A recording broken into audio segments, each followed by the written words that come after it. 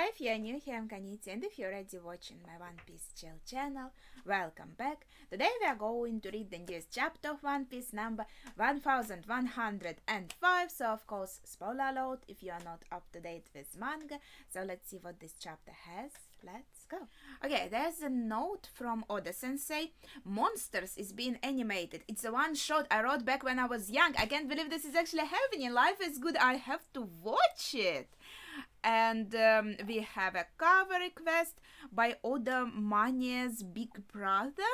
Carrot insisting someone tests her stew. Well, I think everyone is excited. The height of fall. I miss Carrot. I was actually expecting that she will join our crew. I was even like a little bit surprised that she didn't, because she kind of had the role. She had the image that we don't have any minks in the crew, right? She would be the one. We have a fishman, and we have people with devil fruits, without devil fruits, with different abilities, and we don't have anyone to kind of sit on the crow's nest and be a lookout. Well, I guess Zora can do it, someone else can do it, but no one has that specific role, and Carrot was kind of perfect for that. Neko and Inu are salivating, a Carrot looking cute, and yeah, the chapter, I'm not sure what this name means, the height of folly. I guess we'll see. Okay, let's get into the chapter itself. Justice is blind. So we have something akin to a like destruction of Ahara happening now on Egghead, I assume. So let's see how it goes. Prepare for a full fleet bombardment. All marines are to return to their vessels immediately. What just happened in the center of town? Hell if I know, just do as you are told. Saint Saturn, Admiral Borsalina, please hurry back to the ships. Kizaru and I forgot that's like Kizaru's other name. Shall remain on the island. Begin the barrage as soon as possible. Well, I suppose they're going to, like, Saint Saturn is probably should be super strong, has some pretty cool abilities, and Kizaru also should be fine. So I guess they're like, we are not afraid of this bombardment, we are going to survive this. But then they should realize that maybe some other strong players that are on the island will also be able to survive this. What? But okay, so all the marines are leaving now. I guess that's good for us. No further to kind of think about. Go, Kizaru is saying. Yes, sir. I thought you were only after my life. Isn't that enough to end this madness? Vegapunk is saying to Saint Saturn. Why are you doing this, Saint Saturn? The most cutting-edge research of all the scientific fields can be found on Egghead. Destroying it will set us back an entire century. Please call off this buster call. Kizaru, I'm begging you. You might still be hiding something, Saturn is saying. Yeah, actually, there are some things that we saw that didn't come into play yet, I think, right? Perhaps something that could hinder the world government. Either way, we have no need for further advancement. I guess in technology, he means. But what about humanity? Vegapunk is asking. Yeah, like Saint Saturn gives a shit about humanity. That reminds me, a ship left this island yesterday. You should know I gave the order for it to be hunted down. What? It was natural to assume that some passengers might have had access to information about the Void Century. Like, they are super protective, especially, right, about the information about the Void Century, because that was the reason for Ahara destruction, and he's kind of listing it as one of the main reasons here as well. A warship was sent to be safe. The dead make the best secret keepers after all. I'm sorry, I can't argue with that. How could you? They knew nothing. None of them committed a crime. I like Vegapunk's reactions. Like, you can see how much he disagrees with Saint Saturn's ways and how like cares about safety of others. He's like, okay, I know you want to kill me, but why the heck are you after others? You see a lot of this care for other people and compassion, and the kind of we already know that he has it. I just wanted to point it out again, because at first you could think, oh, he is like doing stuff for world government, even though like it doesn't mean that you're a bad person, right? You broke a taboo, Vegapunk, just like Ohara. You dug their graves by digging into the past, all to satisfy your selfish sense of curiosity. You should have kept your greed in check. I mean, that is kind unfair to say. He is saying that Vegapunk was too greedy, even though I think the ones who are too greedy are the Gorosei themselves, and I really like this last panel where Vegapunk looks now really mad. I think that looks pretty cool. Pacifista units remain on the island. Everyone else begin evacuation immediately. This is ship 54. Preparations are complete. Over. Ship 21 is also standing by. Let's see, we see pacifistas. Yeah, the Marines are boarding the ship. Quick, while Vegapunks got their attention, hightail it to the vacuum rocket. Go meet up with the others at the back entrance of the Labostratum, right? So we have Frankie leaving, and with Atlas, I suppose she was carrying Kuma. So these three are leaving. By Sanji's command. Sanji is staying, it seems. Bonnie is here as well. Wait, she's on Frankie's shoulder. But Sanji, what about Vegapunk? Don't worry, Bonnie-chan. I'm not living without him. Sanji. Nami-san, it's me. What's your status up there? We made it to the back entrance. It's so noisy though. What's going on at your end?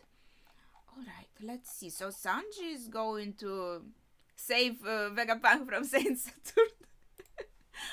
Oh, wait, we have a nice double page here. I like my eyes immediately go to the big panel, and I just immediately see Robin simply chilling, just chilling. Labostratum, they're going to do a buster call. This island is finished. Chopper and Usopp already going crazy. Nami is super calm about it. So we're in the back entrance. Is Luffy okay? He's with you, right? She's asking. I lost track of him, but he'll be fine. Sanji answers. Just fill me in on what you guys are doing. We're chilling. We're chilling. Zoro is still off dealing with Lucci. We sent Jinbei over to get him so he doesn't get lost. That's a fair concern. Get rest while you can, Robin. Oh, I think that's Chopper talking to Robin. I mean, that is actually like a fair point. They don't have to do anything right now, so it's a good idea instead of just pacing around nervously, like Usopp is doing here, I suppose. It's a good idea to preserve your energy and rest, so when you have to fight, you will be ready for it and rested, right? I just thought she looks really cute here, just resting, and you see a lot of, I think, like bandages here as well. I'm worried sick about Stella. Thankfully, Lily didn't fall down with the others. When Luffy, Frankie, Bonnie, and her were trying to move the Sunny, Brook is gone to help her. Everyone is all over the place. Why are we cursed to go through multiple buster calls? Usopp is crying. Let's hurry and get out of here already. Cursed. One problem. Our plan to have Vega Force 01 carry us past the coast isn't possible anymore, Nami is saying. That robot was destroyed by Kizaru. So, we need a new plan. Sailing a ship on land is a simple matter when you have my aid.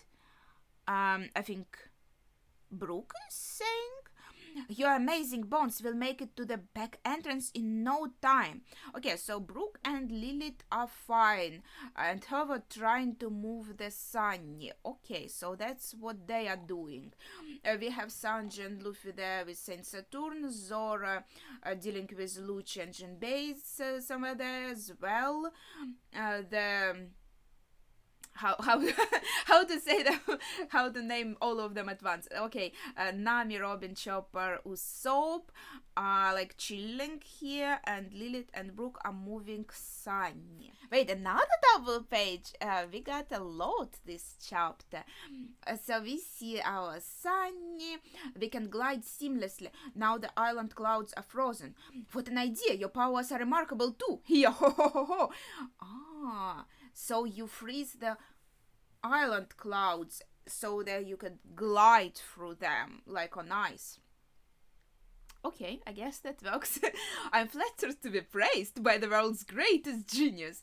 By the by, how are we going to stop when we get there? Lilith asks the reasonable question, and Brooke is like, oops, I hadn't thought of that. we're going to fly off the edge. You know what? The time will come, we'll figure something out. Isn't there anything we can do? I'm all ears, Lilith's son. I mean, I can't blame him. I'm like that too. Like, let's start this somehow, and then we'll figure out how we finish it, right? The barrier around the Labostratum is still up. Okay, we'll have to blast through. I feel like it fell, maybe, and then it went back up, right? I'm just like, a lot of things have happened in this arc, and we got it interrupted by a flashback, so my mind is a bit jumbled. So now the barrier is up. Begin the first volley. Turn the future city and the central science lab into dust. Oof. Wait, some of us are still boarding. Watch out, the Pacifista are on the move. Wait, what did they say? Pacifistas are on the move, so they are also in the process of destroying the island. Oh, and poor Vegapunk looking at his island being destroyed, the buildings falling, the explosions, thinking, that is so horrible. Like, imagine, this is your life's work. And maybe it's not as emotional as like all the people on the island, like when what we had with Ohara, right? But for Vegapunk, imagine this is his life's work. Maybe he also has like some assistants, some people here who are also going to die. We just didn't get like to know them. But the thing is, this is something he worked on for years, his achievements, his findings, and by his lines of dialogue, you could say that he thinks not just about, oh, I want to find out something, I want to satisfy my curiosity, I want to invent something cool just because it's my fancy. He also thinks about people who are going to use it and benefit from this technology. He's like, what about humanity? I want to make the world more advanced and more comfortable, convenient to use for people of the world. And now all this hard work is being destroyed. And he said there are some important inventions here that if they are destroyed, the One Piece world will be set years in the past in terms of advancement and technology. The destination of this capsule is the Labostratum. Let's go! Be quick, vacuum rocket. What is this thing? It's crazy fast. Ooh, vacuum rocket. That's kind of cool. Okay, so we are delivering. Wait, what's going on this page? The approximate journey from the Labostratum is 32 seconds. Ooh, this is very futuristic looking in this tube. This is like super speed train. But Kizaru is on it. He uses Amana Murakuma, and I think he cuts the capsule so it breaks, and he cuts the tube itself. So he again cuts the escape short off, cuts it off. Last page is again a double page. We got like 3 double pages in this chapter. Kizaru, that bastard! I'm coming, Bonnie-chans! Everything is falling apart. Okay, this is like the drama is getting to the peak in this arc. Pacifista units, fire your lasers. Kill Bonnie and Kuma, Saturn is saying. How suitably ironic. You threw away your life so that your daughter could live, and now her life will be taken by your clones.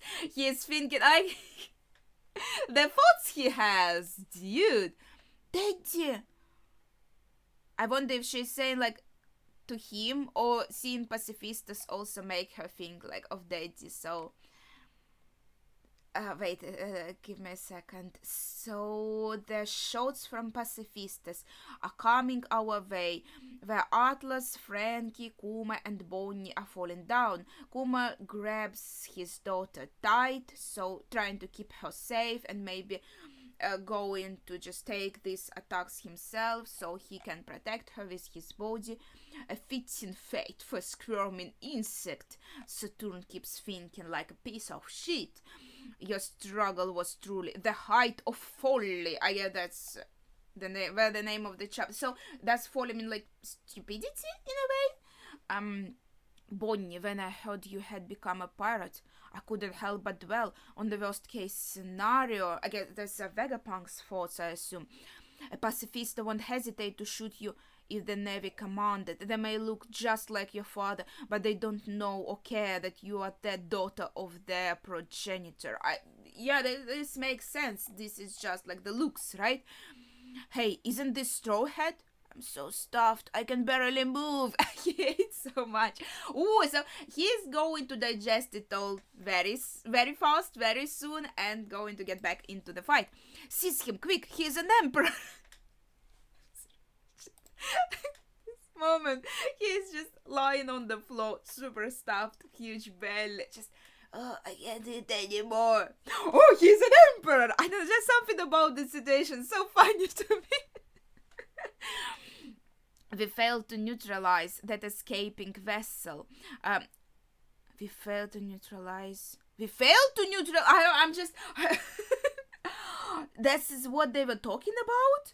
We have to report this to Kizaru-san. He has to know that they are heading for Egghead. Someone else is on their way. Ooh, do they talk?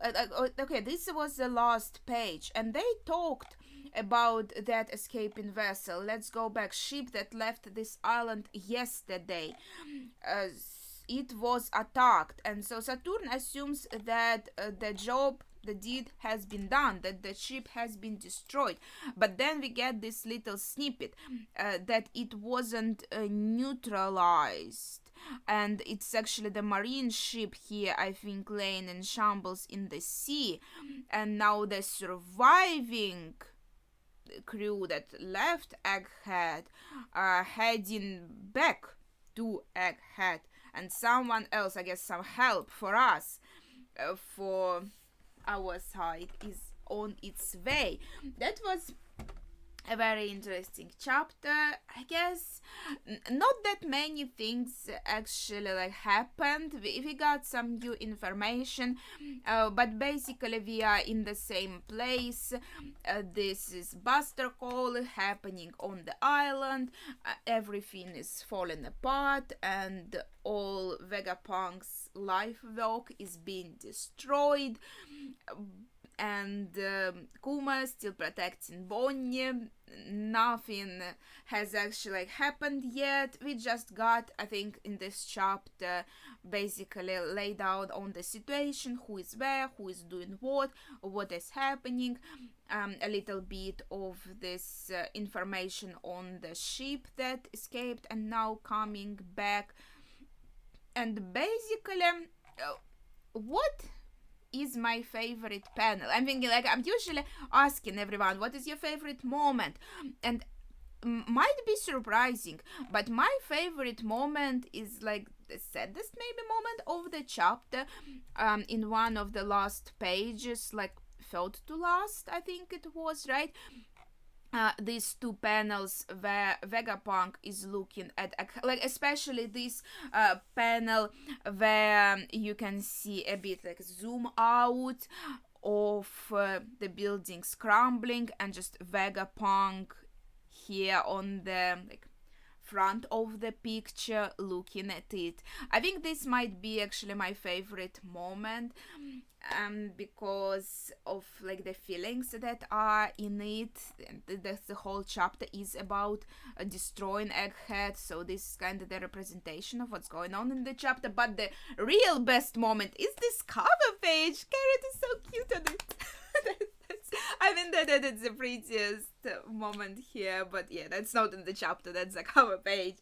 But yeah, with that said, I think we don't have that much to discuss for now, but maybe you have some thoughts, so you can leave them as usual in the comments down below, as well as your favorite moment.